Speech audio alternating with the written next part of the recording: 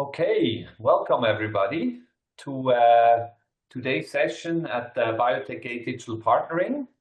It's a great pleasure to have two speakers and a moderator for this session on next-gen immunotherapy for cancer.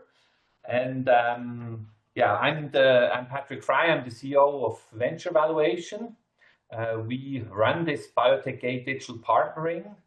And beside actually the partnering that is happening now for a week, we also have some panel discussion and sessions and presentation. And so this is one of them. And it's a great pleasure to work again with Chris and Cohesion Bureau, who is putting together this session. So Chris and also to Pierre and Philippe, thanks very much. And I'm handing over to Chris. The floor is yours. Thank you, Patrick, and also to your team at Biotech Gate for inviting us. It's a privilege to be here. I also want to welcome our live audience to this webinar. As Patrick said, today we're going to discuss next-generation immunotherapies for cancer with two rapidly emerging companies in this space. My name is Chris Maggos, and I'm founding managing director at the Cohesion Bureau, an international strategic consultancy headquartered in Switzerland that provides strategic advice covering corporate communication, financial strategy, as well as services for media and investor relations. It's our mission to accelerate the growth of private and publicly listed emerging companies like our clients, Enterome and Scancell, both of which are joining us today. As I wrote on my LinkedIn channel yesterday, I'm really looking forward to digging into this discussion. In just a moment, I'll ask the panelists to introduce themselves and their companies. But first, I want to briefly set the stage and frame our discussion for you. In preparing for this, I've taken some inspiration from a recent interview of Ira Mellman, who's the president of research at the Parker Institute for Cancer Immunotherapy. The article was reported by Asher Mullard in Nature Review's Drug Discovery in June. If anybody wants the link, please contact me after the event, and I'll be happy to share it with you. In fact, I've cherry-picked a couple of the quotes from the Mellman interview, and in the first he says, checkpoint inhibitors, broadly defined, make well over $40 billion a year for the industry. There's never been anything quite as successful as these drugs before. But thinking now, the thinking now seems to be that future progress is hard. So let's abandon it. End quote. Indeed, what we at Cohesion Bureau and our clients have observed over the past couple of years is that, like the pharma industry, many investors have shied away from immunotherapies, especially in oncology, telling us that they prefer inflammation since they are overexposed in immuno-oncology, unless, of course, the therapeutic has pretty much already been proven to work.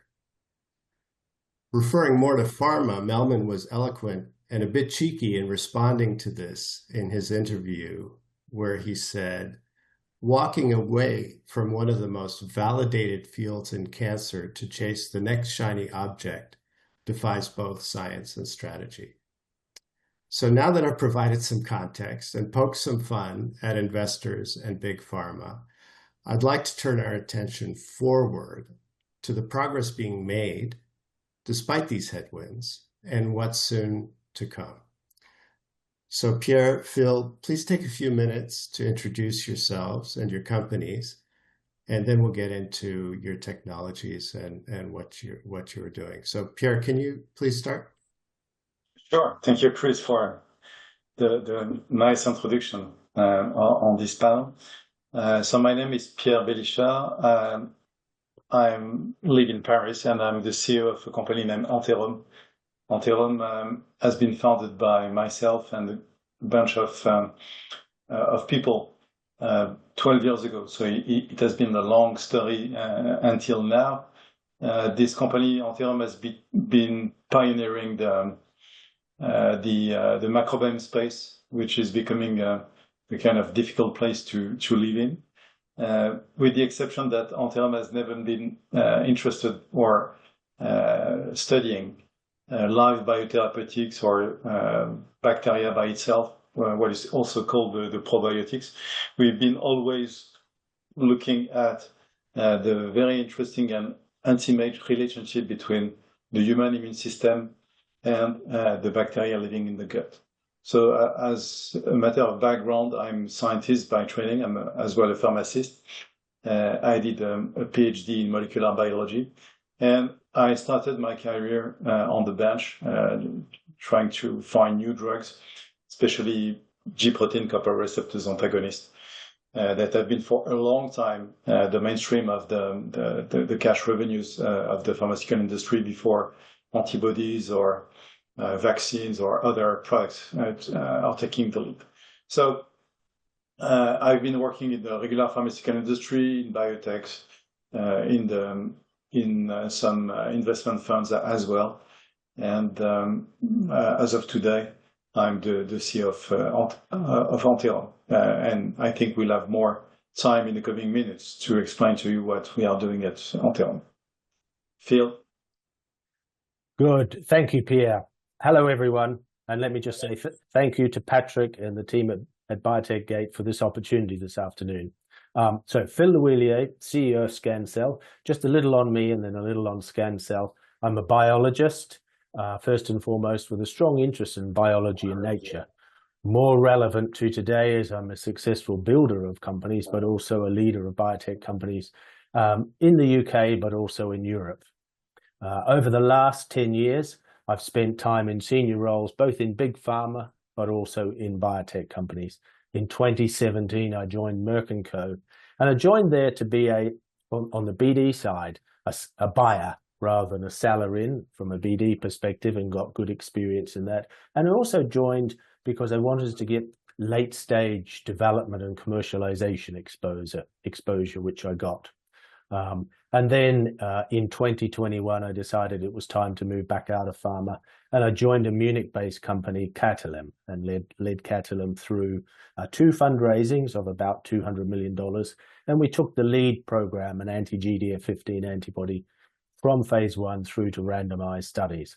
I joined Scancell in November 24, and I'm excited to lead Scancell. We have a strong and dedicated team, a rich pipeline of novel assets from coming out of 3 innovative platforms, and we'll perhaps talk more about the platforms and the technologies as we get into this panel.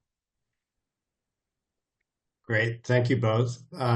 Now that we know a bit about each of you, let's get into some of the specifics on what you have recently achieved. Phil, why don't you go first? You're developing a DNA immunobody active immunotherapy with the team at Scancell to treat advanced melanoma, and have recently shared some exciting phase 2 data. Can you please summarize the data?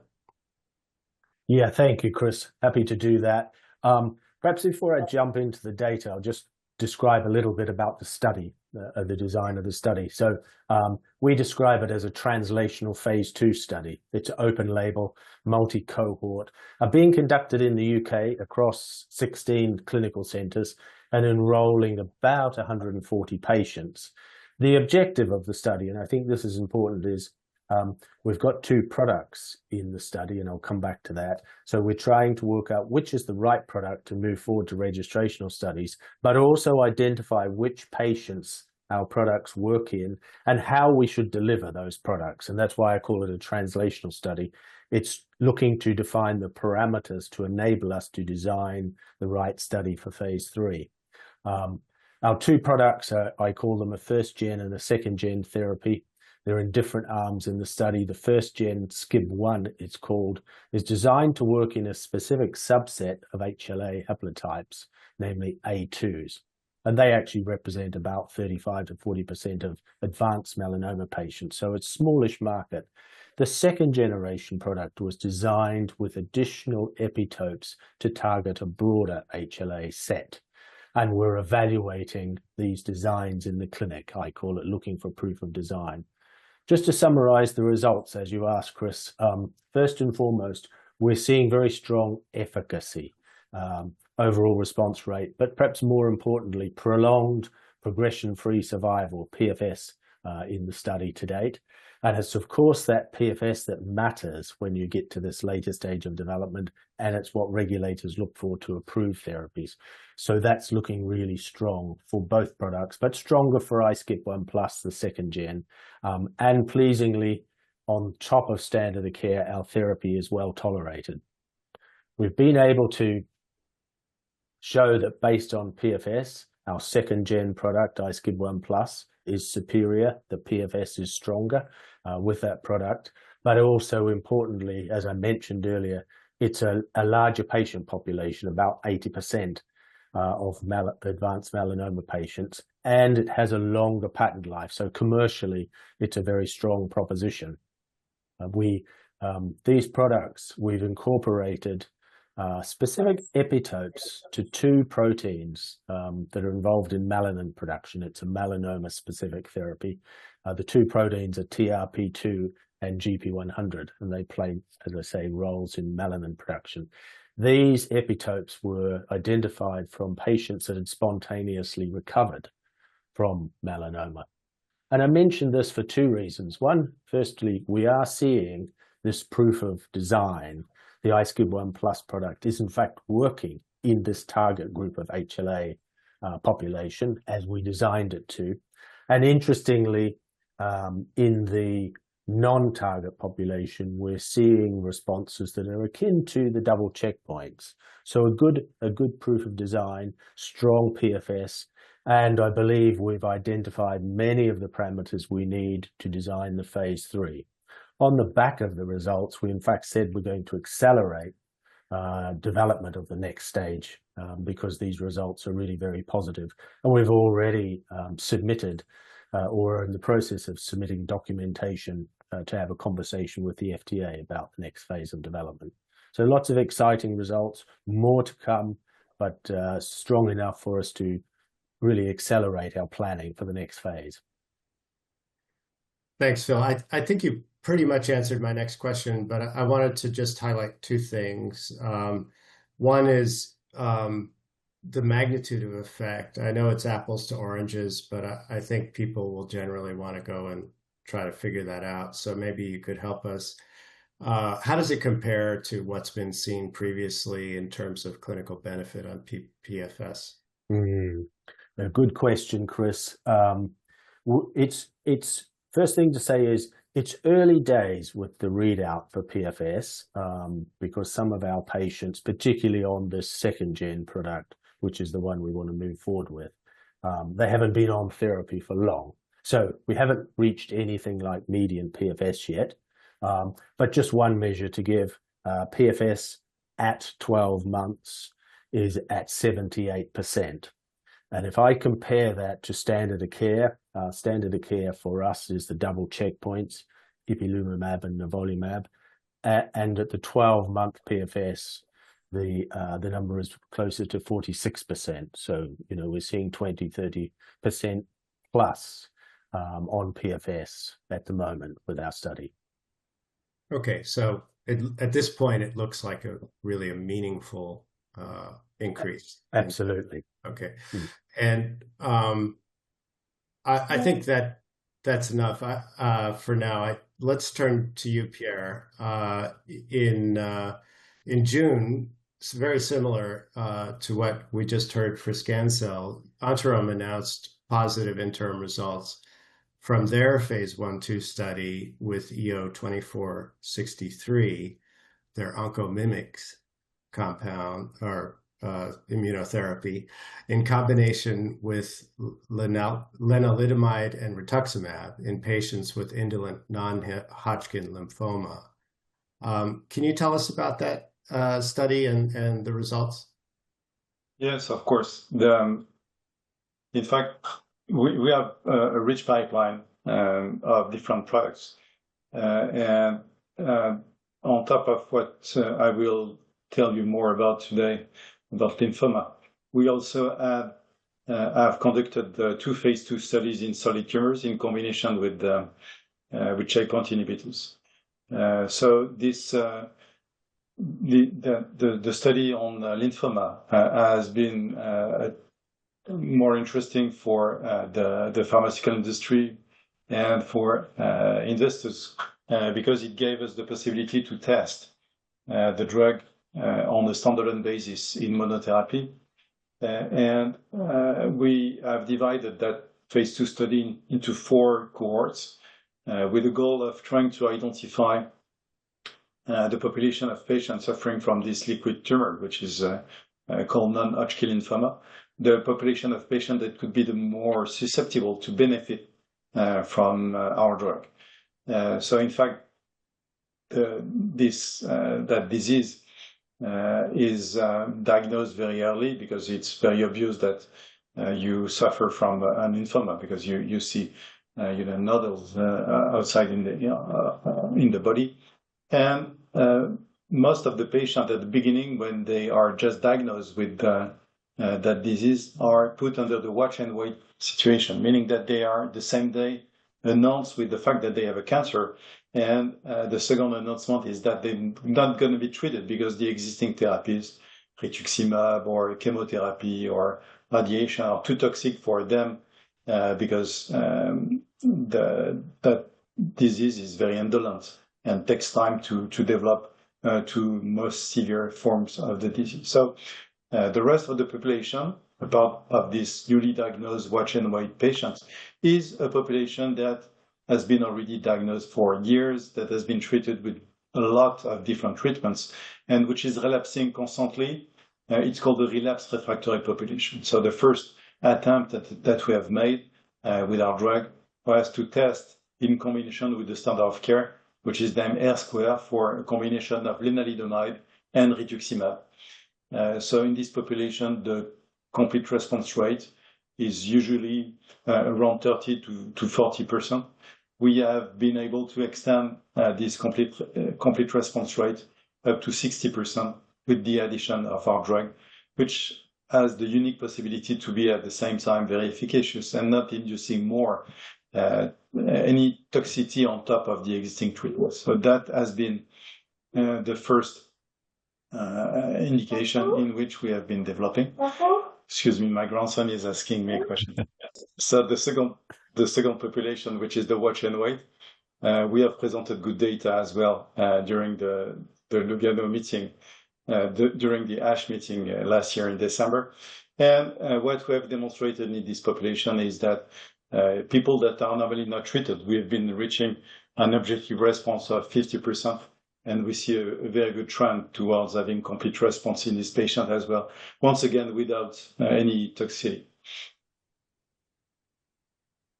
Okay, and I think that was one of the populations, right? And you also had what's known as the watch and wait population in one of the cohorts, cohort 2, I believe, in that trial. Can you tell us a little bit more about? Yeah, sorry for the confusion, but the second cohort I was talking about was the watch and wait population, in which we have demonstrated in this normally not treated population, we have demonstrated a good objective response rate, almost 60%, and at the same time, a good trend towards having a complete response rate, which is very interesting. So we can give that drug as a standalone in this watch and wait population and treat in combination with the standard of care. And in both cases, we see an excellent safety, which is unique in the lymphoma space, and which is very important because that population is made of patients, as I mentioned already, that will not die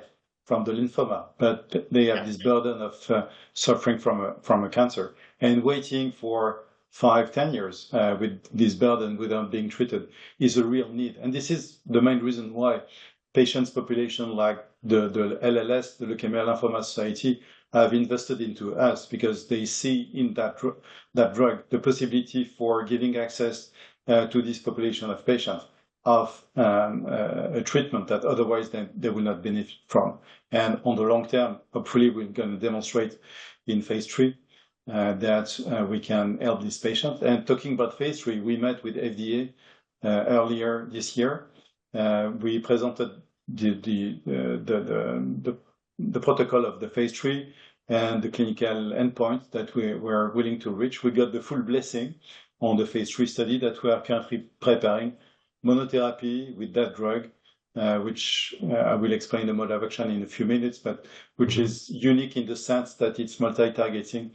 We are targeting at the same time CD20, CD24, CD37 and BAFF receptors, which is unique in such a disease where most of the relapse are due to antigen escape, and the blocking at the same time by multiple angles, the disease is probably will induce hopefully a good benefit.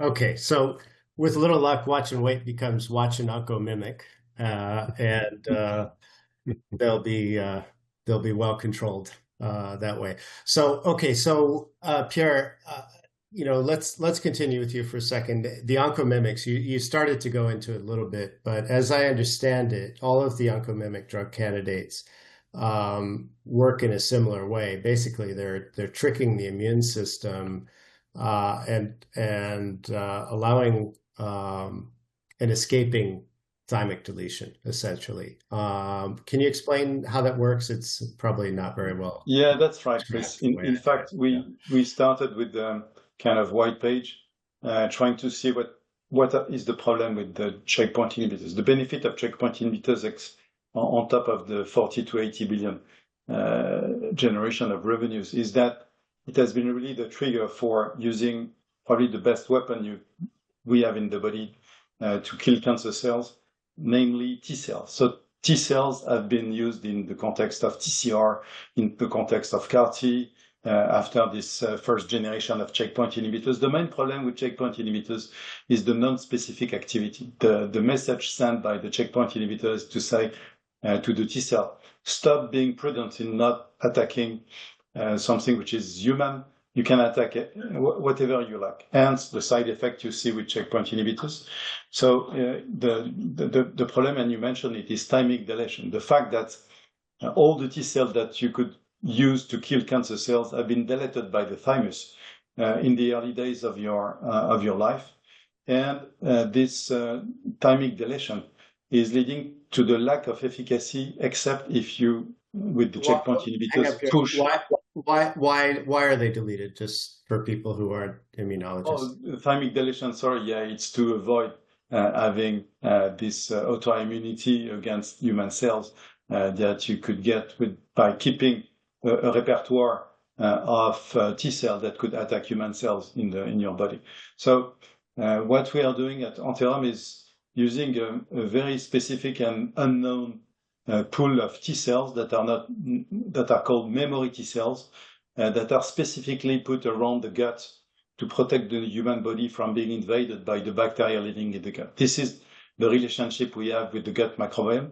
The fact that the bacteria living in the gut are tolerized by the human body by a way which is inside the gut tolerization, thanks to some bacterial antigen that are produced by the bacteria that are recognized by the human immune system, leaving the bacteria doing their job inside the gut. But if the bacteria crosses the border, it is recognized thanks to this bacterial antigen that has a very specific sequence made of 9 to 10 amino acids that we know because we have a database made of all those bacterial antigen that you can find in the human body.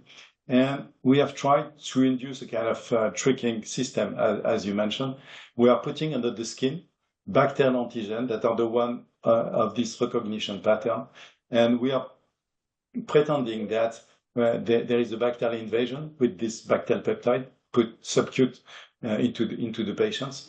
And thanks to artificial intelligence tools that we have, we are able to identify bacterial antigen that have a sequence mimicking the sequence of human tumor-associated antigen or B-cell markers. So this is what we have developed here, and it works very, very well. We see a T-cell response made of this memory T-cell, dividing, long-lasting, that have a very specific features compared to other T-cells.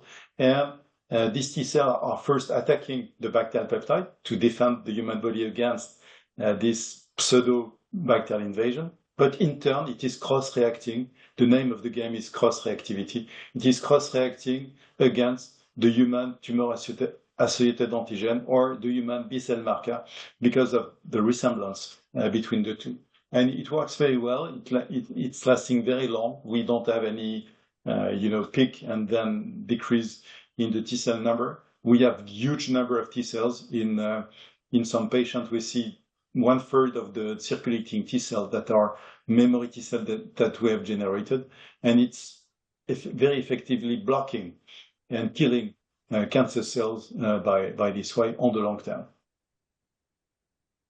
Okay, I think we understand a little bit more about how the oncomimics work. I appreciate that. Phil, immunobodies. You touched on the active immunotherapy earlier, but tell us more. How are they made, and mechanistically, what do they do once they're administered? Yeah, a good question, Chris. So perhaps the first thing to say is the immunobody platform is actually delivered as a DNA plasmid. So it's a DNA molecule, and that DNA molecule encodes for a protein that's a modified antibody, and it's engineered to express those two epitopes that I mentioned earlier, GP100 and TRP2, for the melanoma product. But it also retains the ability to target activated antigen-presenting cells in vivo. So it's dual acting, and it's acting direct and indirect FC targeting of the CD64 receptor on activated dendritic cells, initiating direct and cross-presentation of the epitopes to T cells. So we're getting, by virtue of that dual action, high avidity T cells specific to these tumor epitopes. This targeting, of course, enhances processing, but also trains the immune system, and we believe we're seeing not only, of course, new T cells, active T cells, but also some of these T cells become memory T cells as well. And I think that's a unique part of the mechanism. The platform itself is an off-the-shelf therapy, very straightforward to manufacture, simple to manufacture. There's no logistical issues of sequencing and antigen analysis, etc., with algorithms, off the shelf, delivered in a patient-convenient way. It's a needle-free delivery. We, in fact, have a partnership with the US company PharmaJet that gives us a needle-free delivery. So very convenient and straightforward for the patient. And as I touched on earlier, with the results we're seeing now, it's very, very well tolerated, so also safe for patients. Mm-hmm. Okay, Pierre, while we're on that subject, I think, cost, manufacturing, ease of administration, perhaps you could address that for oncomimics as well. This is a key issue that has hounded a lot of the immunotherapies. So the fact that Sure. You're addressing it is important. Yeah, sure. You're probably referring to the CAR-T that are so difficult to produce and very expensive. We are talking here at Enterome about peptides. So even if they are of bacterial origin, the production is synthetic. So making 10 amino acid long peptide is very cheap. So it's probably what is making that drug as well very appealing to the community setting in the US, which is the target, because people cannot afford being treated by CAR-T, having not only the cost of the treatment, but as well the CRS, the cytokine release syndrome, and infection on the long term. And we are not inducing this. So I probably cannot say more than we have something which is very affordable and that is patented very well. We have composition of matter because we have patented the sequence of the peptide. So it's probably an interesting new generation of drugs there because it's simple to produce subcutaneous administration. You can keep it at 4 degrees in a fridge with your beer. So it's something which is easy to use for doctors and for patients.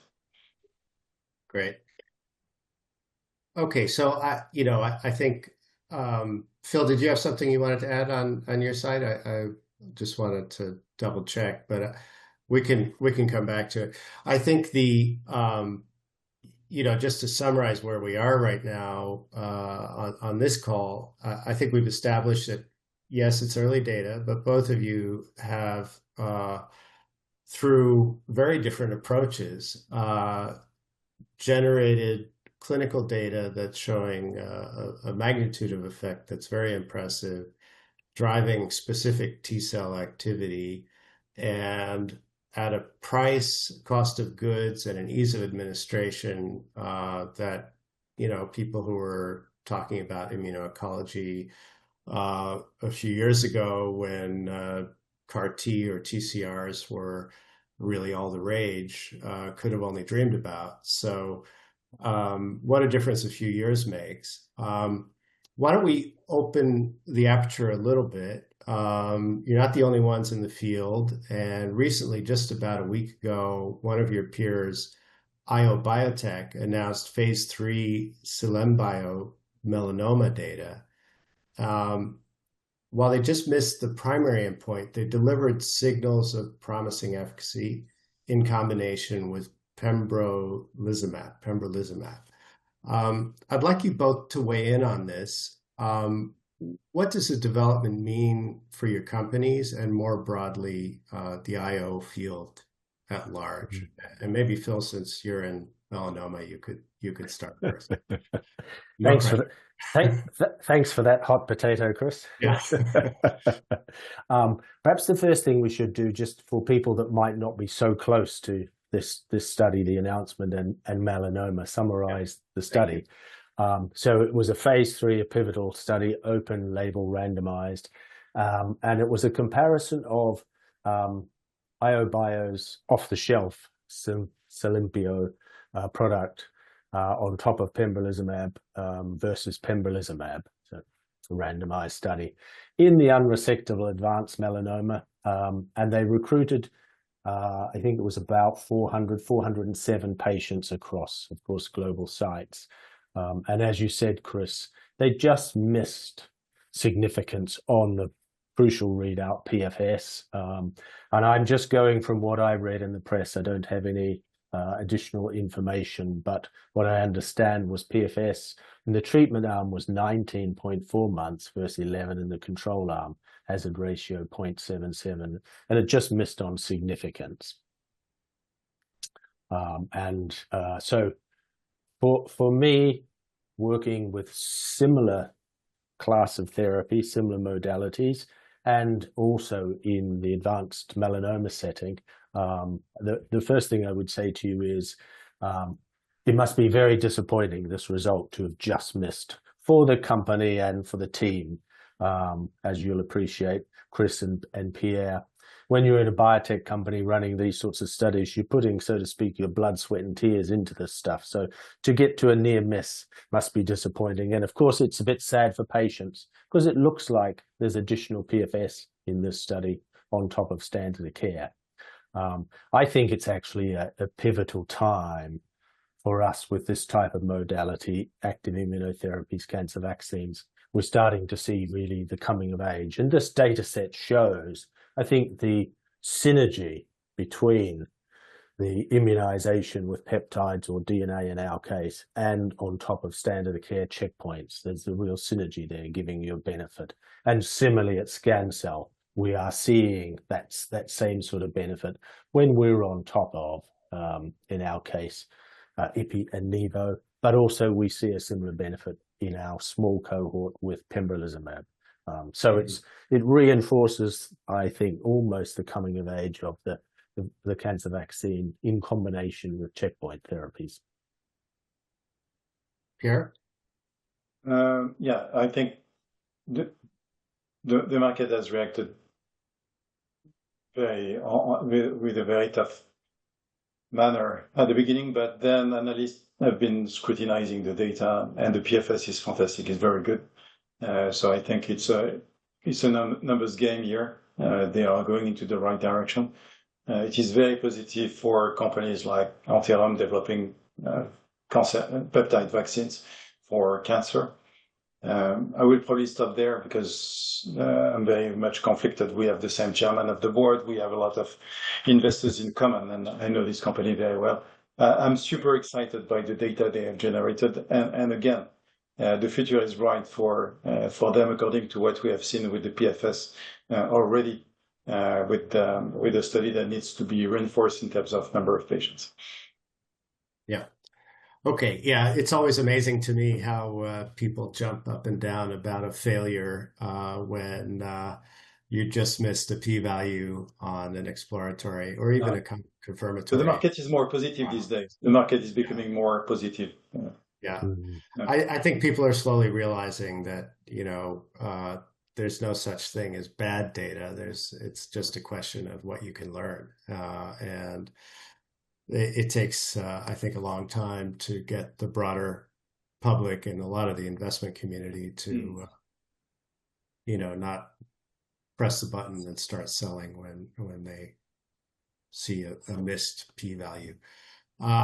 Okay, so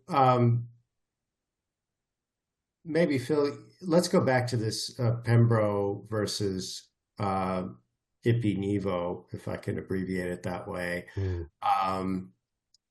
What is it? I think most of the other immunotherapies in development are being explored and developed in combination with Pembro, whereas you have chosen Ipi-Nivo combo.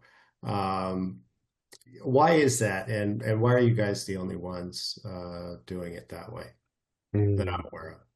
Yeah. So perhaps first thing to say, Chris, is the checkpoints such as ipilimumab, and as a doublet, Ipi and Nivo, or on the other side, Pembro as a monotherapy, they've all demonstrated really good benefit to patients with advanced melanoma. To my knowledge, there's not been a head-to-head comparison, but of course, there was the Checkmate 067 study where Ipi was compared to Nivo and then the doublet Ipi-Nivo. But alongside that, against Pembro, I don't think there's been a head-to-head study. I think what you can say is, we look at those registrational studies, Ipi-Nivo together gives you perhaps better efficacy, a longer PFS and OS, but it's less well tolerated, particularly the Ipi is less well tolerated in patients. So for patients that can't tolerate the Ipi or the doublet, then in the clinic, in practice, I understand they go on to Pembro. So it's far from one size fits all. We started out when we went into the clinic and thought that the anti-CTLA-4, the Ipi, would be important to combine and synergize with iSCIB1, iSCIB1+. In reality, in the data that we've just announced, in fact, as I mentioned earlier, we are seeing really positive results on the back of Pembro, but also really good results on the back of Ipi-Nivo. So it's become less critical for us to double up with Ipi-Nivo. But now we're in the situation, of course, where the bulk of our data is on top of standard of care with Ipi-Nivo. So we'll probably go forward in that setting in advanced melanoma, but we have enough data to contemplate perhaps partnering or going forward in earlier settings on the back of Pembro, the neoadjuvant, adjuvant, because we've got some good data in Pembro. So we may place a bet each way. In fact, is the short answer, Chris, going forward. Okay. And in terms of synergy with those agents, can you comment on whether you're seeing any type of synergy, or is it complementarity? That's a hard one to sift out. I think there's probably synergy there, but perhaps it's better to express it as complementarity. Very good. Okay. And Pierre, maybe you could talk to help us understand better the difference between the IO biotech technology and the OncoMimics technology. Not in terms of any specific product, but just to try to understand what the differences are and the similarities. Yeah, I think IO Biotech is using two targets, IDO and the PD-L1, to target the to induce T cells that can do the job of tumor shrinkage.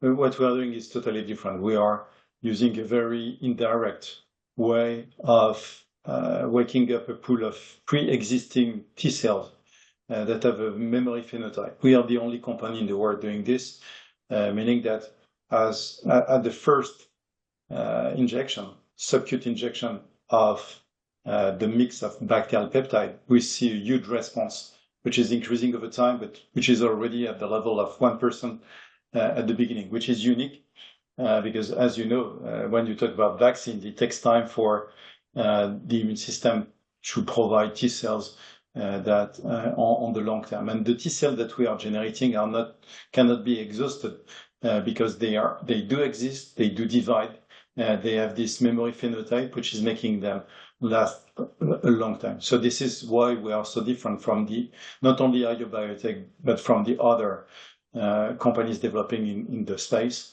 We are not a neoantigen, we are off the shelf.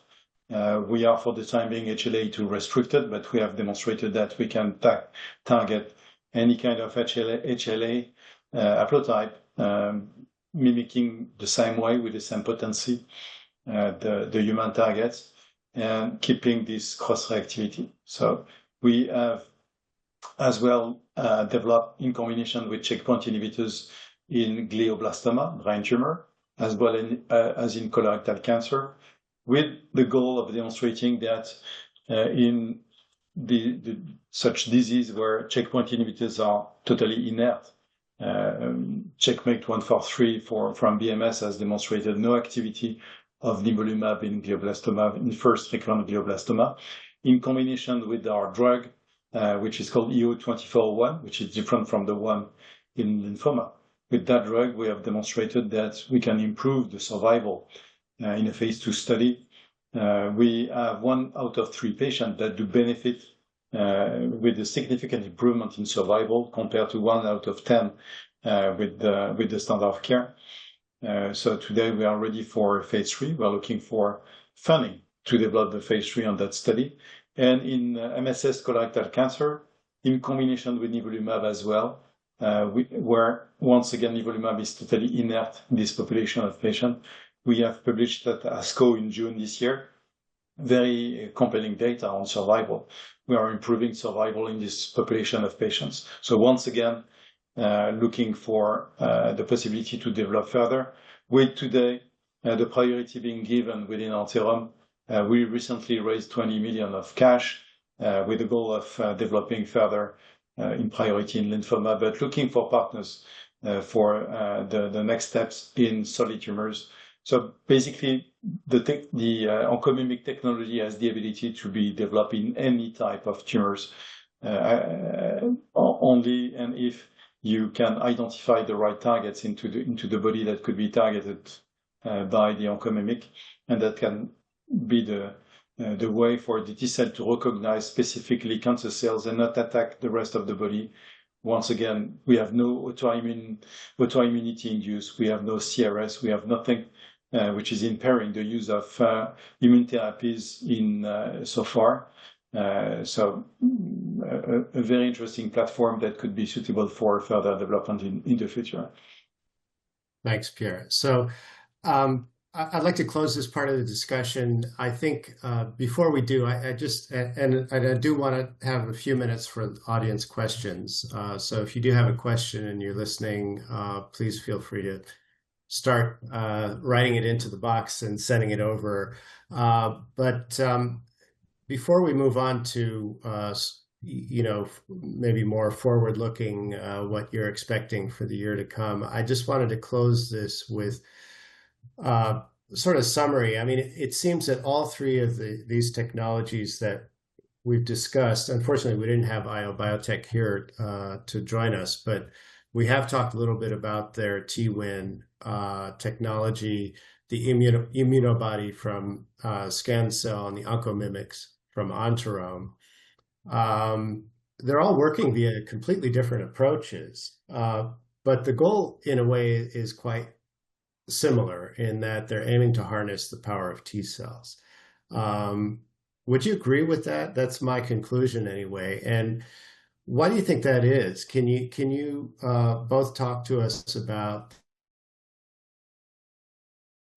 activating T cells and what it could mean for human health if we achieve this capability through your technologies, immunobodies, oncomimics, or other methods that may already be in development out there? We haven't tried to be all-inclusive here, and I apologize for that, but it is a limited amount of time. And do you think this proves Melman's comments to be correct, that really the industry investors have turned their focus on to the next shiny thing a little bit too soon, where the Holy Grail might be, better, more specific control over T cells through more affordable, more convenient methods? Where do you guys stand on that? Who's first? Pierre, why don't you go first? You brought the article. Yeah, no, I think it's a very key question. I think what Scancell and Enterome are doing today is a good representation of the ideal way of using this weapon, the T cell. I'm not saying that T cell can do everything, but at least in some cancers, they have the possibility to be specific. It's a huge improvement versus the non-specificity of the checkpoint inhibitors, where the human body is probably is making T cells that are a bit crazy and that are less sensitive to not attack human cells, going to the side effect. I think the pharmaceutical industry has been very disappointed by CAR-T.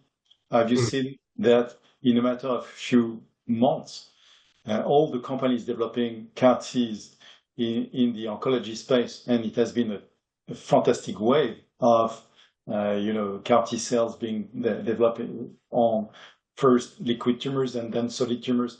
They moved all into the autoimmunity disease in a matter of a couple of months. It's a complete nonsense, because CAR-T are still difficult to produce. They are still expensive. They are still providing a lot of clinical benefit for sure, but a lot of side effects as well. They are not drugs for everyone. TCR have been very disappointing as well, for different reasons. So the pharmaceutical industry and the biotech industry are not yet there to identify the best way of using T cell, creating the best T cells. And again, the memory phenotype is very key. The fact that these T cells are not exhausting after the first injection. So we really have the short list of what could be the improvement of the T cells in the context of being used in the proper way, with less side effects and more efficacy, and they could become the blockbuster of tomorrow, in either on a standalone basis or in combination with the existing therapies, namely the chemotherapies or others. So I think it's worth continuing fighting, and hopefully we will succeed to prove in the coming weeks, months, that the way we are using and providing the human body with T cells is the right way to fight against cancer cells. Bill? Wow, very, very much agree. At Scancell, we're very focused on T cells, of course, because of what I've been talking about, combining with anti-PD-1 therapy. But on top of that, and I didn't touch on, our earlier pipeline is focused on T cell engagers. So we're very invested in the area. And I think we're starting to see through combinations now some results really paying off. But we do have a lot more to do to understand how to create the responses and identifying which patients respond the best. Great. Well, thank you, gentlemen. I found this really thought-provoking. I hope the audience has as well. I'm conscious of time, and I want to get to some of the audience questions. Maybe while we wait for a few more of these questions to queue up, just give us 2 minutes each on what the next milestones are, what your strategic direction is, and your vision of the IO space. Perhaps I can start this time around. Thanks, Phil. A number of important near-term data catalysts from both of our studies, the melanoma study, but also our second product, the MODI study, a completely different product. So data catalysts coming out of those studies, finishing the execution of those studies first and foremost, but then on top of that, moving forward to design, fundraise, and execute our randomized, hopefully registrational studies.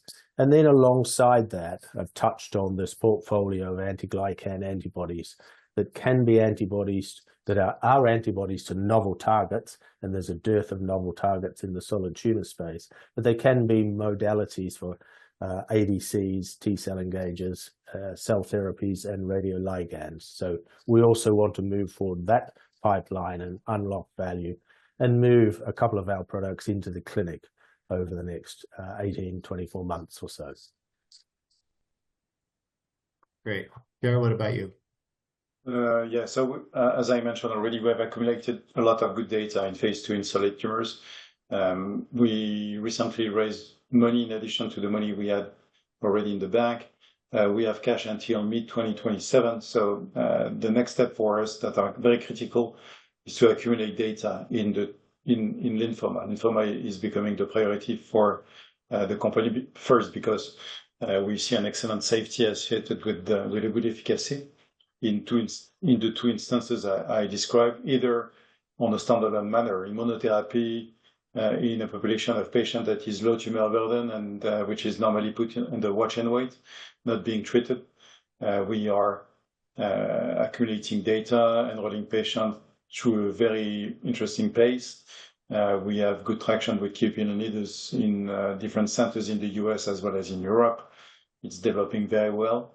And the second part of the phase 2 study is in the relapse refractory population, meaning patients that have been treated on the long term that are becoming relapsing and resistant to the standard of care. So here it's in combination with the standard of care that could be, as of today, R-square, lenalidomide, and rituximab, or tomorrow the bispecifics that are developing. And once again, the more we are adding patients into the studies, and the better the outcome is in terms of safety and efficacy. So the next steps are mid-2026 with the final data on the two cohorts, the two key cohorts in this phase 2 study in lymphoma. Okay. Great. Exciting times coming. And let's turn to a few of the questions. There's about 30 attendees live with us right now. We will make this available as a recording as well. But please go ahead and drop a couple questions in if you have additional questions. I have only 2 right now, so it's a very European audience. But we would like to hear from you. So the first one is, could your platform, Pierre, be proposed to cold tumors? It's from an anonymous registrant, so I can't tell you who it's from. Cold tumors. Yeah, so you cannot find a colder tumor than glioblastoma. So in fact, this is the main reason why we have used the checkpoint inhibitors to allow the T cell that we are generating to penetrate within this cold tumor. And we have seen this in some patients in a setting. It was, I think, 7 patients where we had this pre-treatment before the surgery. So we've been able to see the T cells that we are generating invading the brain tumor big time, even inducing an edema. We almost stopped the study at the beginning because we have seen a lot of pseudo progression in these patients being invaded by T cell, inducing a strong inflammation and the formation of edema. So we are not directly inducing a strong effect in cold tumors without being helped by checkpoint inhibitors. And in the context of glioblastoma or colorectal, checkpoint inhibitors by themselves are not active. They are totally inert. So they are really used, as many companies do, as a way to help the good T cells that you are generating to do the job even in cold tumors. Great. So next question is to both of you. Why don't we start with you, Phil? Up to how many antigens could your immunobody include? It's a very good question, Chris, and I think, to be honest, we don't really know the answer to that. There's more space to add more sequences, but whether that created a wider repertoire of immune cell responses is uncertain. So there's those two aspects. It's not just how long are the DNA sequences? Like how big are those packages? These are small overlapping peptides inserted into a plasmid DNA molecule. So it's two aspects. One, just how much more space do we have in the plasmid? Yes, there's opportunity to put more, but whether that would create additional immune responses, broader HLA population or not, I think is we don't know the answer to that at this time. How many are you currently using? I think you mentioned two at the top of the call, right? Yes, we have the two epitopes to GPR2 and GP100 and TRP2, Right. but then there's multiple overlapping peptides to create the antigens. Okay. And Pierre, same to you for the oncomimics. How many antigens have you explored that? It really varies. In glioblastoma, 3 are enough, I think, because they are elements, tumor-associated antigen that are overexpressed in the brain, tumor only, like FOXM1 or IL-13 receptor alpha-2. So it was very obvious that 3 could be enough. In the context of colorectal cancer, we are using 5 that are blocking the cell cycle of the tumor cell at various checkpoints. So it's something which is enough, I think, very efficient. We do not see the same type of immunogenicity induced by each antigen in the whole population, so it varies. So it's a good way as well to modulate the immunogenicity between the patients. We always have a bunch of good epitopes that are inducing a huge activity, which is compensating the fact that some are less active. In the context of lymphoma, we have 4 because we have identified that to avoid antigen escape, you need to block 4 B-cell markers. So once again, CD20, 22, 37, BAF receptor. I think it's enough, but sky is the limit. We could put up to 50 antigen into a mix.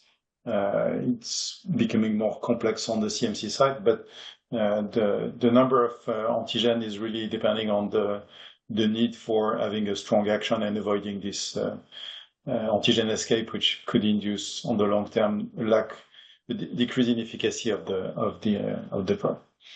Mm-hmm. Okay, I've got questions are flowing in now. So, looking at the PFS curves with IO Biotech at 12 months, there is very little separation. Scancell's SCOPE study has quite a wide separation. Is this because of ORR, which IO Bio failed at the first review in 2024?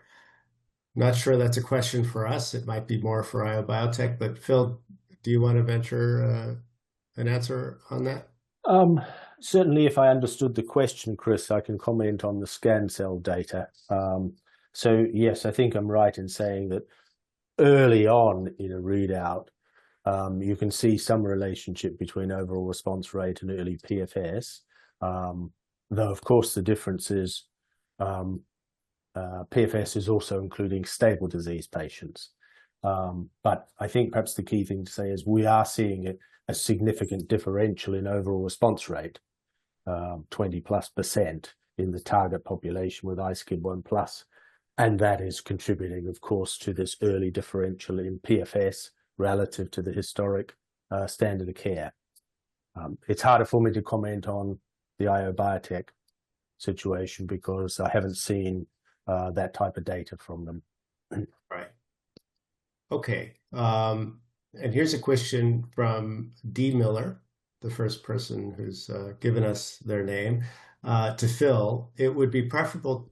Would it be preferable to fundraise or partner the registration trial for melanoma? Easy question, right? Genmab have signed 2 license agreements for GlyMabs. Do they have any indication of when they propose to begin in clinic? So two layup questions. Yes. So I always say, as CEO of Scancell or as a biotech company leader, it's important to follow what I call a 2-pronged approach. One is, yes, of course, you're always open to and are active talking to partners about what you're doing, and the opportunity to partner is there, and you can evaluate it when it comes knocking on your door, or you engage it. As a company, you don't control necessarily the timing of that partnering. So the second prong needs to be you're able to go it alone. So I see part of my job is to have the resource and the team and the finance to be able to also go it alone. Is it preferable? Really, let me answer the question. Yes, I think it probably is, because we're getting to a stage of late-stage development with a product that is a very large market opportunity. Melanoma is the 5th largest indication.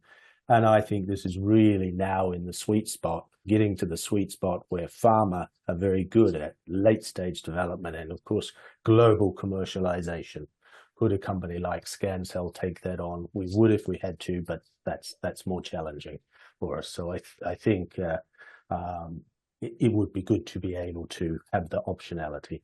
What was the second part? Genmab was the second part of the question. Yeah. When are they going to go into the clinic, basically? Yeah. As we understand from the reports we get under our agreement, they are progressing very, very well. We don't know the precise timing of when they'll get to the clinic, but I suspect it's not so far away. Mm-hmm. Okay. A very clear answer.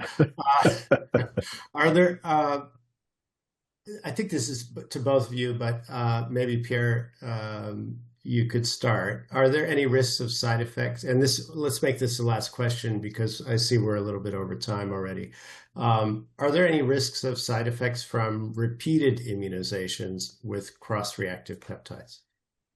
We have not seen this. It was probably one of the questions from FDA at the beginning for the first IND. But now we have treated north of 300 patients repeatedly. At the beginning, we are treated every 2 weeks. And then every month or every 3 months, depending on the disease and the population. And we do not see any such autoimmunity being developed. We have been very much scrutinizing the sequence of the bacterial peptide that we are using coming from our bacterial database. And they have no resemblance to any human protein except for the one that we are targeting, which is overexpressed within the tumor or on B cells. So far so good, but there is no mechanical reason to see this reactivity against the cells over time. But we have not seen this, and we have treated patients for a number of years now. Yeah, maybe I could just add to that. Are you seeing that the T cells are really selective for cancer cells as opposed to we can extract T cells from patients.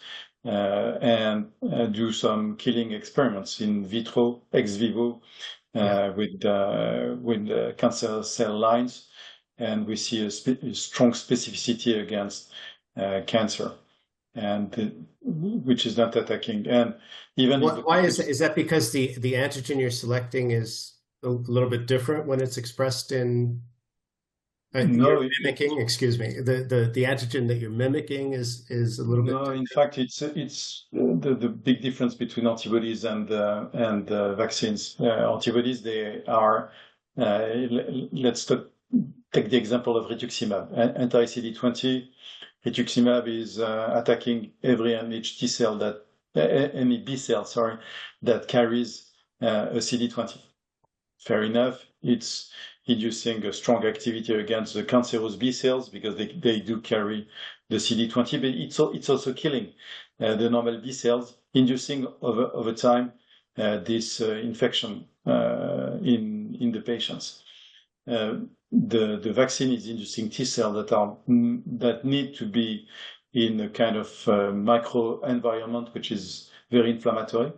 So the T cells are only attacking B cells carrying a CD20 in the context of a tumor, which is making a big difference in terms of specificity and avoiding the side effects on the long term. Great, thank you. Are you both willing to take a couple more questions, or should we? I don't know if you have commitments right now, or we can take another 5 minutes.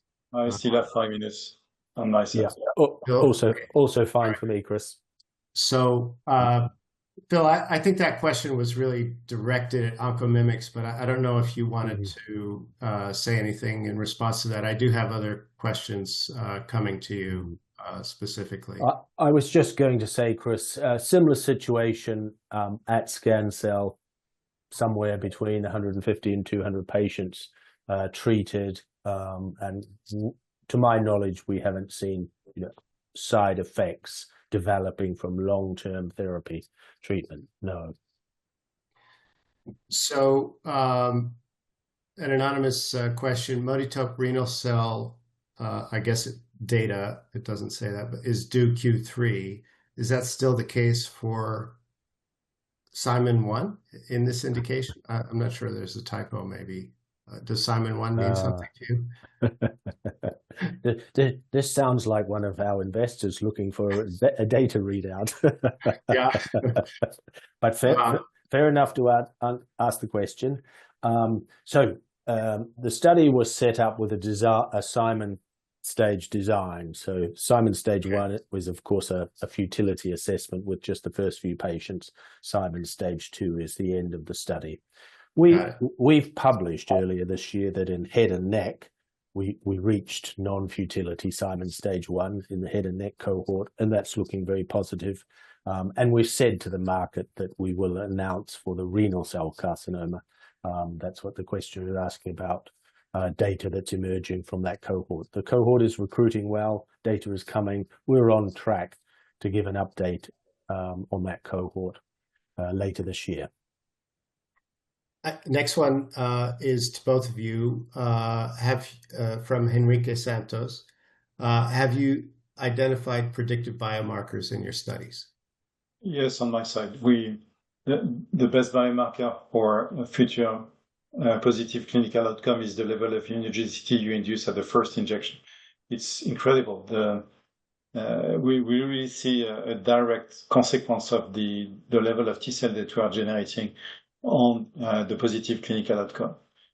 So, in fact, we could even, at some point, not treat the patient that are not reacting. And we have 80% responders normally in the study. Yes, also on our side, I mentioned to you earlier that we designed our iSCIB1+ therapy to target a set of HLA haplotypes. And we've demonstrated that proof of design in the clinic, which was really exciting. But the other exciting piece about that is it now means we can prospectively screen patients as they come into the registrational study, and patients that are positive for those HLA types that was in the design, we will likely see a very positive response. So we can enrich the registrational studies for positive response. Not quite a biomarker in a biomarker sense, but a screen for enrichment of responders. And that's a really positive thing, I think, for an IO study, as Pierre mentioned. Another question for Pierre. How high is the avidity? It's an anonymous question. How high is the avidity of these T cells? And do you have to be careful you don't reduce that avidity by incorrect boosting? I've seen the question on that. I cannot answer. I'm not scientist enough to respond, but this person can send me I don't know by which way the question. I will ask my scientists, my colleagues on the science side. Okay. Yeah. Feel free to contact me or Pierre either way through either of our websites, and we'll try to get you the answer. Unfortunately, we don't have your name. So maybe we could end on a light note. D. Miller with what I think is the wry English humor. Thanks for that clear answer, Phil. One last thing. Scancell happy on AIM, or would you consider moving? I guess we're talking about NASDAQ. Another easy layup. We're on AIM today. We're looking to move forward our programs. As I touched on earlier, partnering is an important part of what we're doing. So we're evaluating the options that we have, both in terms of partnering, but also in terms of financing as we move forward for further development. That was a less clear answer, wasn't it, Chris? Well done. Okay, gentlemen, let's close here. I really appreciate you taking the time and giving us a little bit extra time. And I want to thank our audience for joining us. It's always great to have the participation of the audience, especially in Europe. And last but not least, Patrick Frey and the Biotech Gate team for inviting us and hosting us on their platform. I hope that this discussion was helpful. And if you'd like to follow up, feel free to contact me via the Cohesion Bureau website or my LinkedIn page. And I'll be happy to continue this discussion or arrange some time with Pierre or Phil. Okay. So thank you both very much. And thank you so much. Thank you.